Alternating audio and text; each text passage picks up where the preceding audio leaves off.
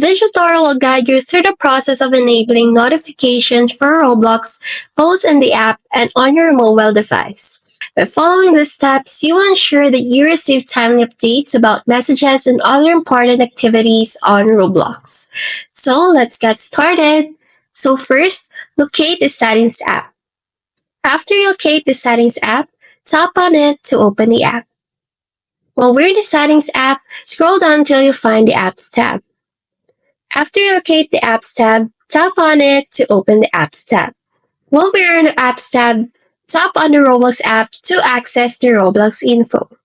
If it's not on the recent list, tap on the See All apps to see all the apps on your phone. While we're in the Roblox app info, tap on the Notification tab so that we can proceed. While we're in the Notifications tab, tap the slider to toggle on the notification. By following these steps, you should now have notifications enabled for Roblox both in the app and on your mobile device.